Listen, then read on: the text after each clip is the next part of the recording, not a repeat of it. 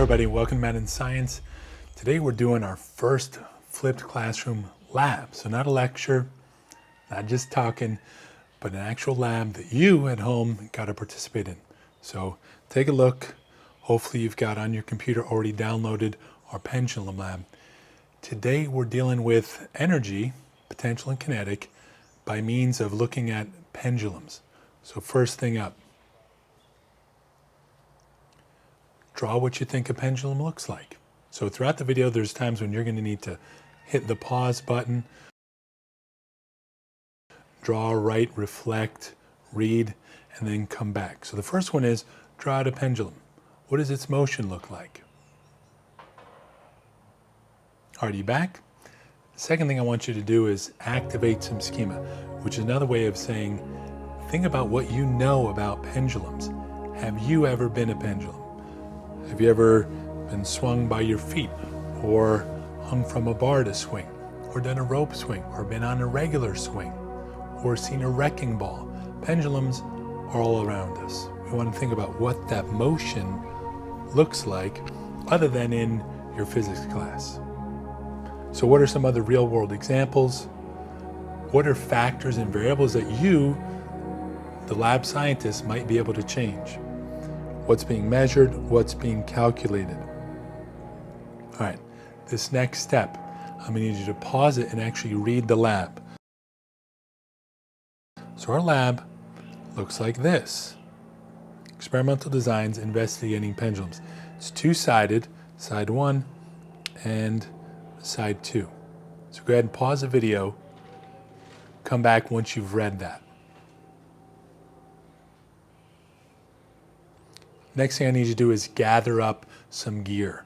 Now you might be able to tell from what I got around, you're going to need something to hang a string on.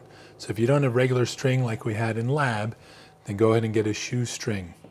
Get some twine, anything. A fishing line will work just fine. You don't need a ring stand. You could hook it up to the side of a table, anything with an overhang. So if I could do it on the side of this table if I wanted to. You're going to need a ruler. If you don't have a ruler or a meter stick or a tape measure, you might just use a piece of paper and go off of that. You know that the piece of paper is 8.5 by 11. Cool. So if you know the measurement of something, you can use it to scale later. And as we'll get to in a little bit, you're going to want to use even increments. Probably need some scissors. If you've got it, a scale or a balance would be nice. I brought with me some evenly massed weights. So I have here, you can see on here, 50 grams, 100 grams, 200, and a 500. You're also going to need, if you have it, a protractor. Now if you don't have it, again, what you're going to try and do is go by even increments. I'll explain what I mean more on that later. So go ahead and get that. Next thing you're going to do is you're going to jump on Phet. So go ahead and type in Phet pendulums. You can also download the Phet app. Here's what it's going to look like. They've got an intro and then energy and then the lab. So you can just jump into the lab. I want you to play on here for 4 minutes. So set your timer. You can get this guy running. Hit the play button. Notice what you can add or subtract to this. Acceleration, velocity. You can do a timer. What we're going to be most concerned with today is the period timer. And notice once it does a full revolution, so there and back, that's going to be a period.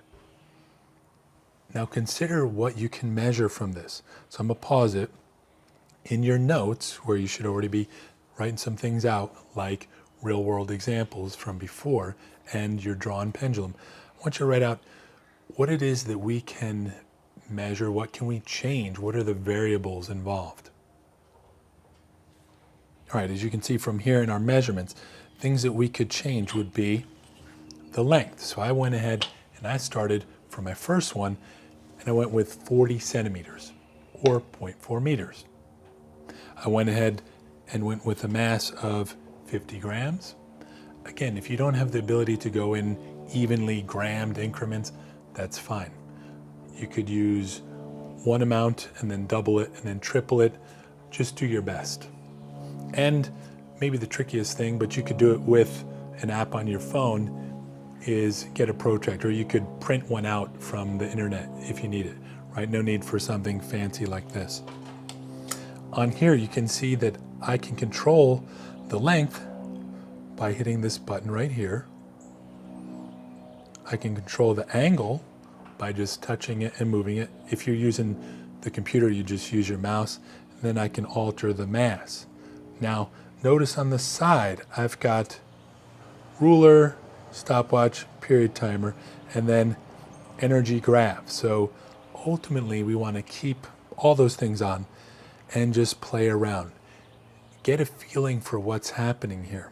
Now, this is the real world. This is a simulation. So we're going to do both. Real lab, simulation. We're going to collect some data, put it in our data table, then we're going to graph it to see what are the relationships.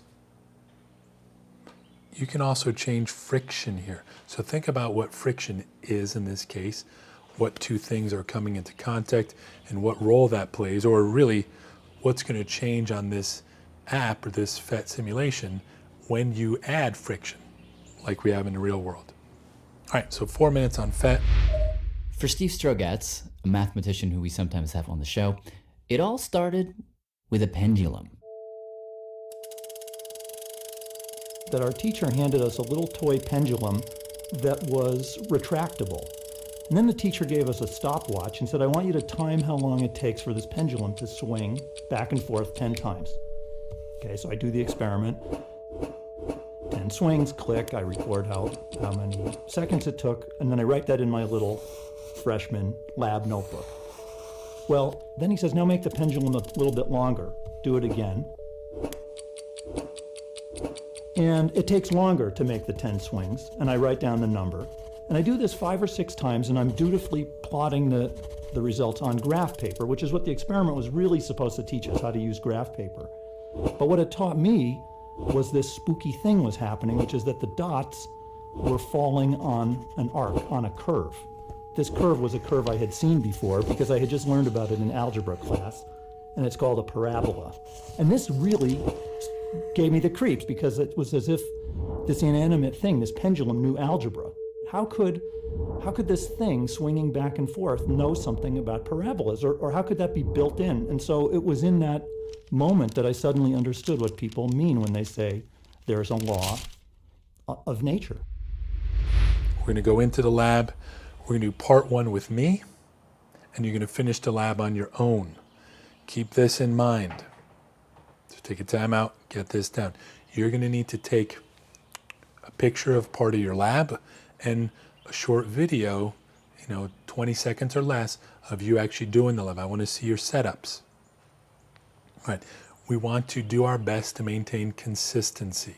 That's going to be far and above more important than having some fancy gear that I got from school. Right? Science teacher, I've got this stuff available to me. You may not have it. Let's just do your best.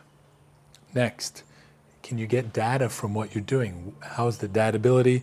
And with that data, are we able to graph? All right, so here's our lab. Here's our general setup. Answering questions from before, the things that you're going to change, and in order, will be mass, length, and angle or amplitude. The thing that you're measuring because of that. So independent, controlled by you, the experimenter. The dependent is what you're going to measure because of that. So your best bet is to use a stopwatch. So if you've got a phone, it's got a stopwatch on there. When I do things on the video, you're going to actually stopwatch it. So pretend that you're here. Right, if I let this go, so go ahead and play along with me at home. So if I start this at an angle of 40 degrees, this is 40 centimeters, this is 50 grams. I'm going to do it there and back. Ready, set, go. Now, do you want to do just one trial? Probably not. Do a number, but right there, what I've got is a period, which is a down and back, equal to 1.04 seconds. Okay, zoom back out a second. So again, read the lab, read the instructions, see our objectives. Here's some of what we got overall, some of the definitions we've been using. If you look at this, okay, so here let's zoom into the first part. So for each section, start by doing the lab for real, right? Part 1, 2, and 3. Do your best to get your gear, use an app, print something out. You'll test 3 different variables, which are going to be mass, length, and angle.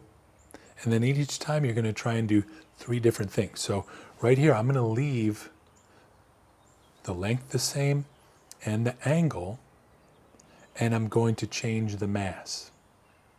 So you already saw me do this for the first time. So let's just start up with part 1, where it says construct a pendulum with the same length. What I did, you do not need to do this, but I went ahead and went with 40 centimeters.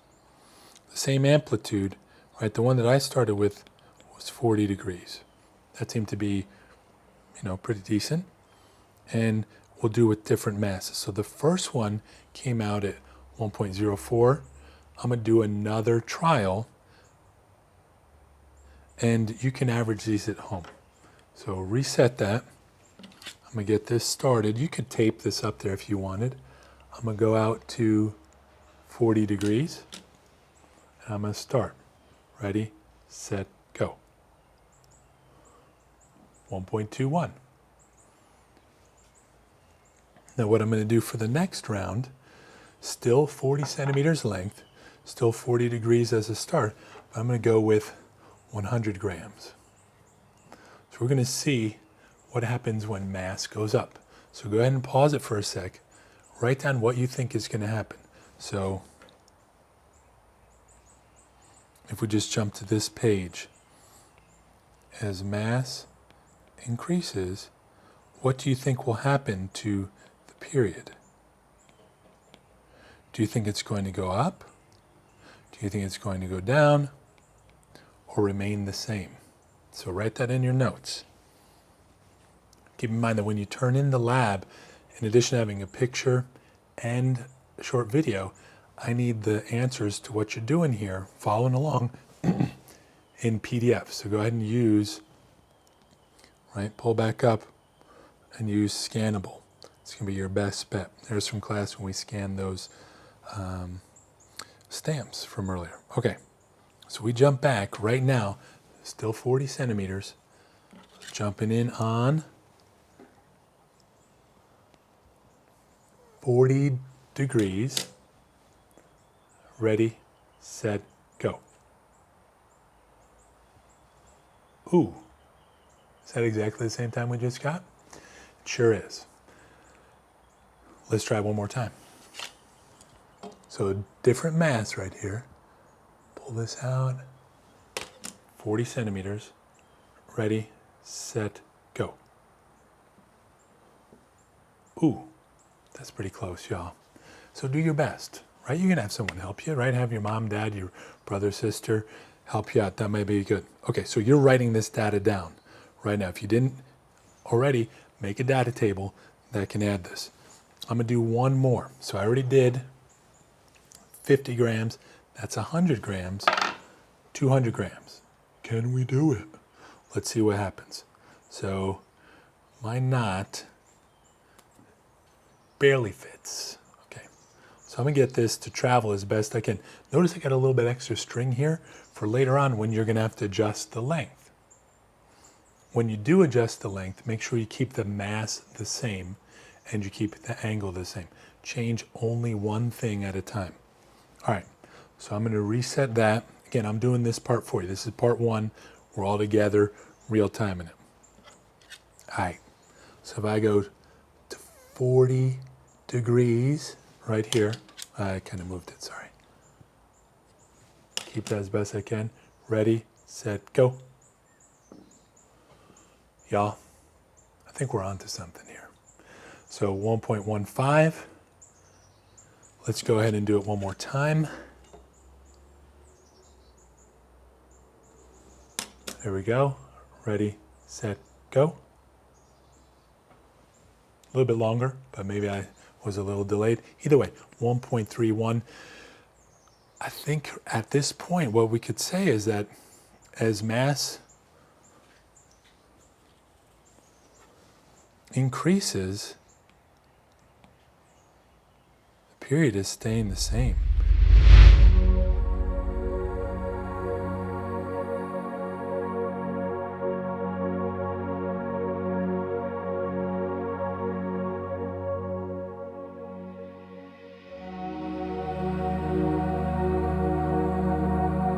Right, we were getting the same results no matter the mass. All right, so let's jump back to this. One page up. That is part one. For real. You are doing, or continuing, part two for real, where you're changing the length. You're going to go with 3 different lengths. So I already did 40, so whatever. Maybe I'd do 30 and 20. It's up to you. Maybe your pendulum is a totally different length. That's fine.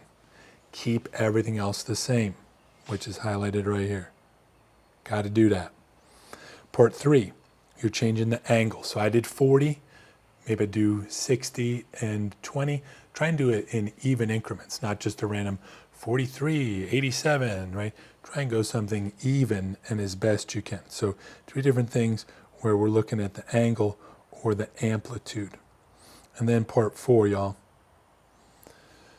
You're going to do the same thing, but on Phet. So I'm going to jump back over here to Phet. Hey, it's still running. Hey, I'm going to pause it just for a sec. And for part 1, you're going to do it with just mass. So you can change the mass on here, right? You could type it in on the computer. Notice the thing's getting actually bigger. Now, as this is rolling, okay, say I just take off friction. Go ahead and do it without friction. If we look at how this guy plays, it's friction under mass, cool. Let's stop that guy. Drop it down. Notice our gravity. You could change gravity, which would be the same as changing the mass, really, or its weight. So if we run this guy, again, I did it from 40. So if we go in here, you could do exactly what I did. What did I run the first time? I don't know if it gets low enough. So close enough. But you could run this. Oh, is that not exactly what we just got for our last period? I think it is. Keeping in mind that we have real friction, and it's tough to approximate that on here, but that's pretty good. Now, notice what happens if I kick up the mass. Take a look down here at our kinetic and potential energy. They're going to be cycling back through. So it's important to note that at its peak, which I almost hit right there, at its peak, when this guy pauses, stops, it's going to have its greatest amount of potential energy and its least amount of kinetic because it stops. At its lowest point, it's going to have its least amount of potential energy and its greatest amount of kinetic. Somewhere right in the middle. So if I went from 40 at 20, it would be half and half.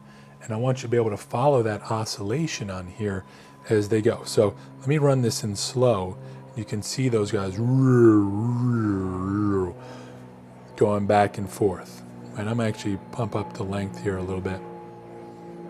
All right, let's jump back. We'll come back to you one more time. Next thing we're doing though is you're going to make graphs. So we need 3 graphs, each with 2 lines. So follow this carefully. Here's what we mean. So if we jump back, the first one is going to be period versus mass. So remember, when you have something and it says period versus mass, this is the y, this is the x. So if I go ahead, you're going to make it a full page. You could print some out, or hopefully you have some left over. I'm just making this smaller so you can see it.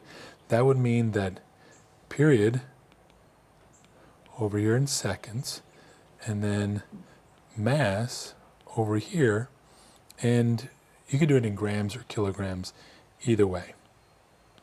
We'll go in grams for now. And you're going to do 2 different lines. So I'm just going to make this up for now. Well, actually, let's just do it, right? What happened to the mass? So if I went from, say, this increment here, and then, we would have been way out here. So if this was 50 grams, 100 grams, and then 200 grams, what happened to the period? It basically stayed the same. So for us, that was, right around 1.2 seconds. You would actually graph that for real, though, and then you would do another line as it shows up on Phet. So whatever, I'm just going to randomly draw another line here. Maybe it was just a little bit lower. Now, the other thing to keep in mind is that your actual data may have been, like that. And for your real data, so real data,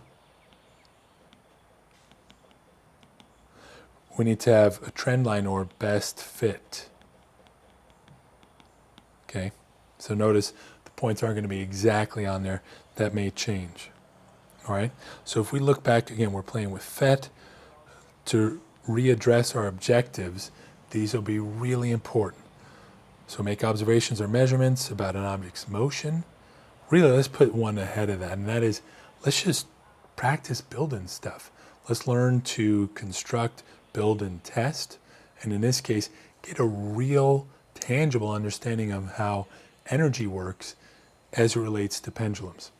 And the second one, your design experiment to see, length, mass, angle, right? We're not going to do gravitational field here except maybe a little bit on Phet. Ultimately, this is where we're going. Potential energy is mgh.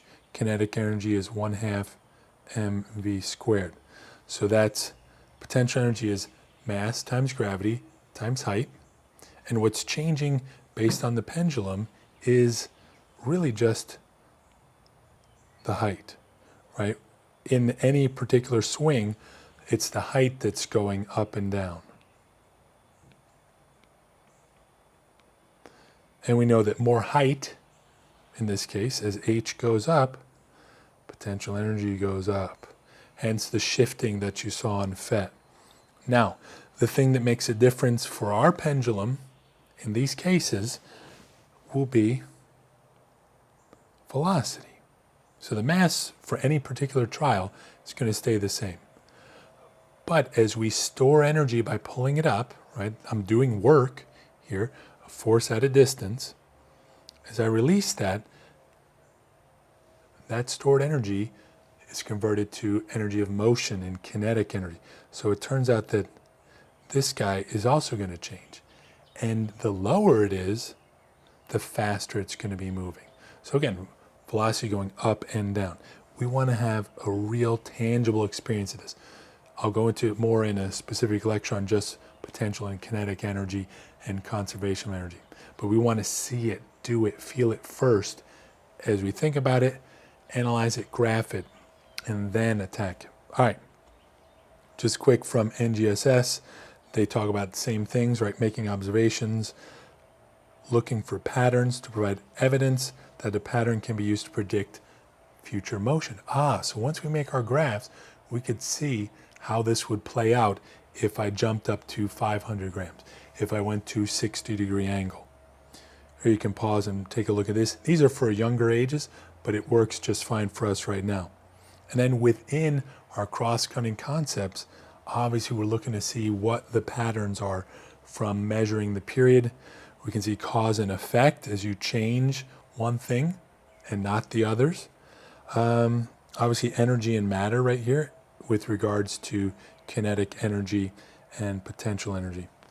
And just for a last little peek at the core ideas along with practices and cross-cutting concepts for NGSS. All right, what are you doing now? You are jumping back on part 2 and part 3 and part 4. Please let me know if you got any questions. Actually, the best thing you could do is leave some questions or thoughts, feedback, things to improve in the comments below. Thanks so much, guys. I can't wait to see what you do. Get creative and have fun.